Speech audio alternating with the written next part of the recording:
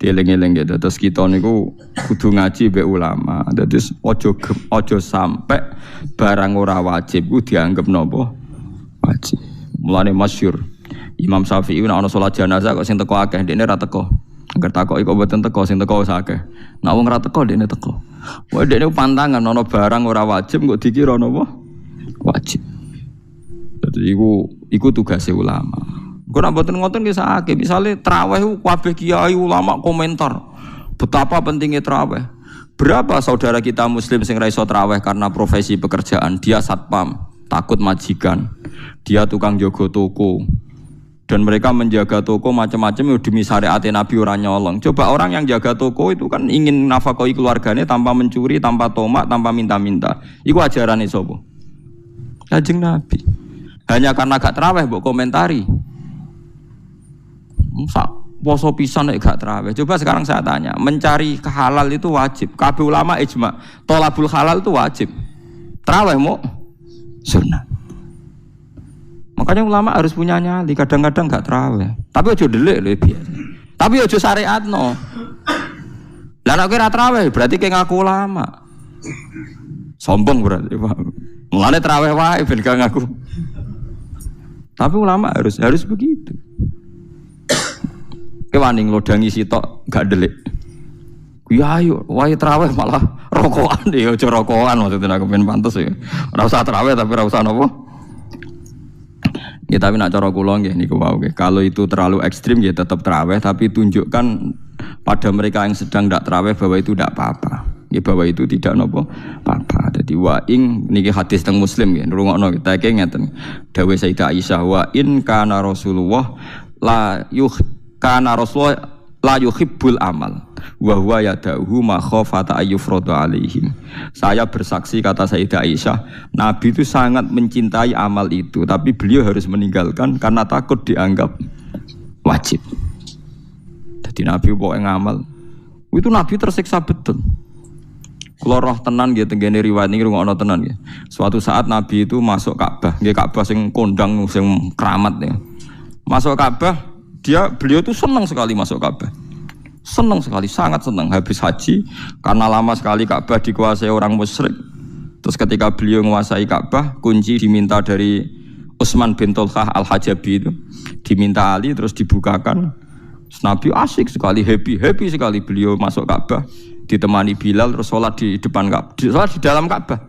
Corong Jawa kaul, saking kaule Nabi ku sholat di jero napa? Kita ceria gitu, kita asik. Tapi setelah keluar dari Ka'bah, Nabi kelihatan tersiksa, hazinan, kelihatan tersiksa sekali. Ya'luhul Ka'bah, kelihatan tersiksa sekali.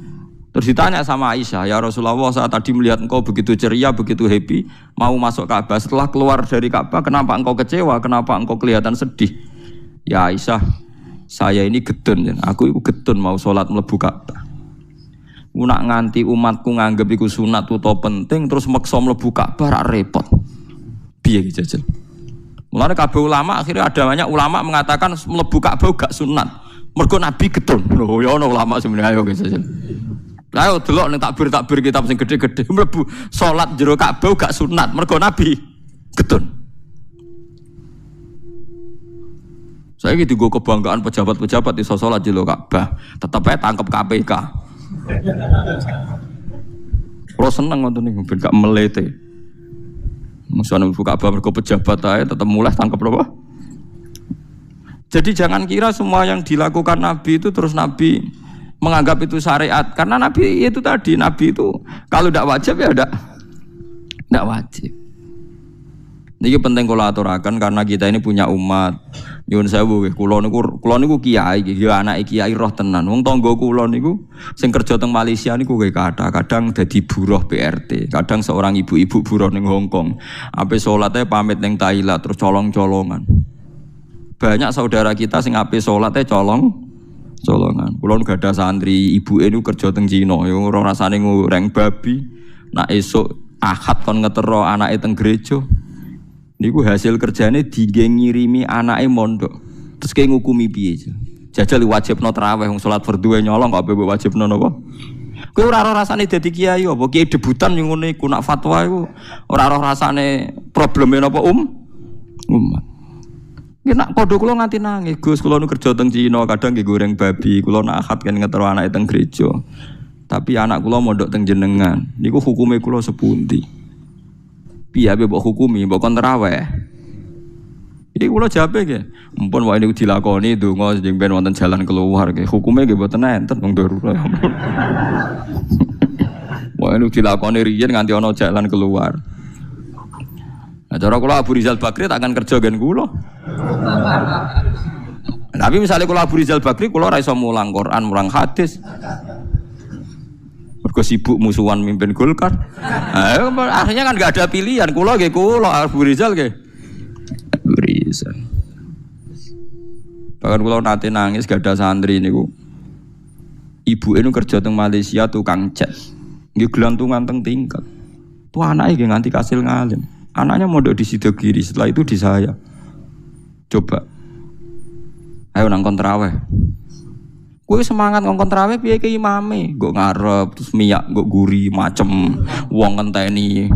Sedehem terus wong gak baris. Bangsa wong macem ku semangat, pancen bangsa wong macem iku ana watuk barang pe teko barang was. Segaya tok. Lan kula seneng Imam Bukhari wong alim alama nak salat ra tau ngimami yang nang masjid Irak ku manggon pinggire saka terus makmum.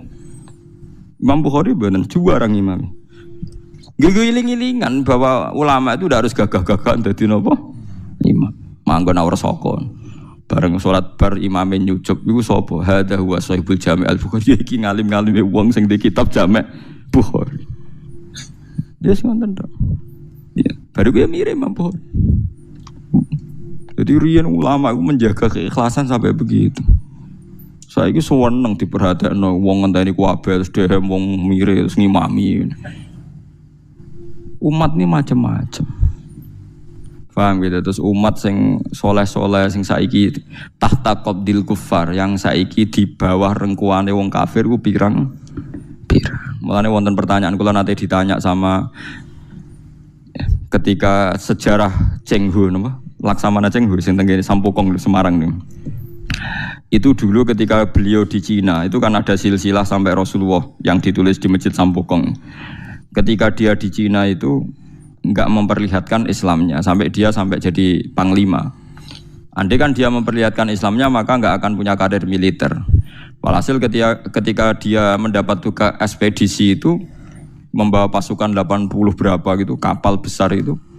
Terus dia ketika masuk Asia Tenggara mulai masuk Indonesia niku ngetokno Islami. Semua pasukannya dipimpin ala Islam, dijak bangun masjid di Semarang, di Surabaya, macam-macam. Ngetokno Islami. Terus para peneliti itu tanya saya, Pak Ba, apa memang ikhfaul Islam itu boleh, menyembunyikan Islam itu boleh?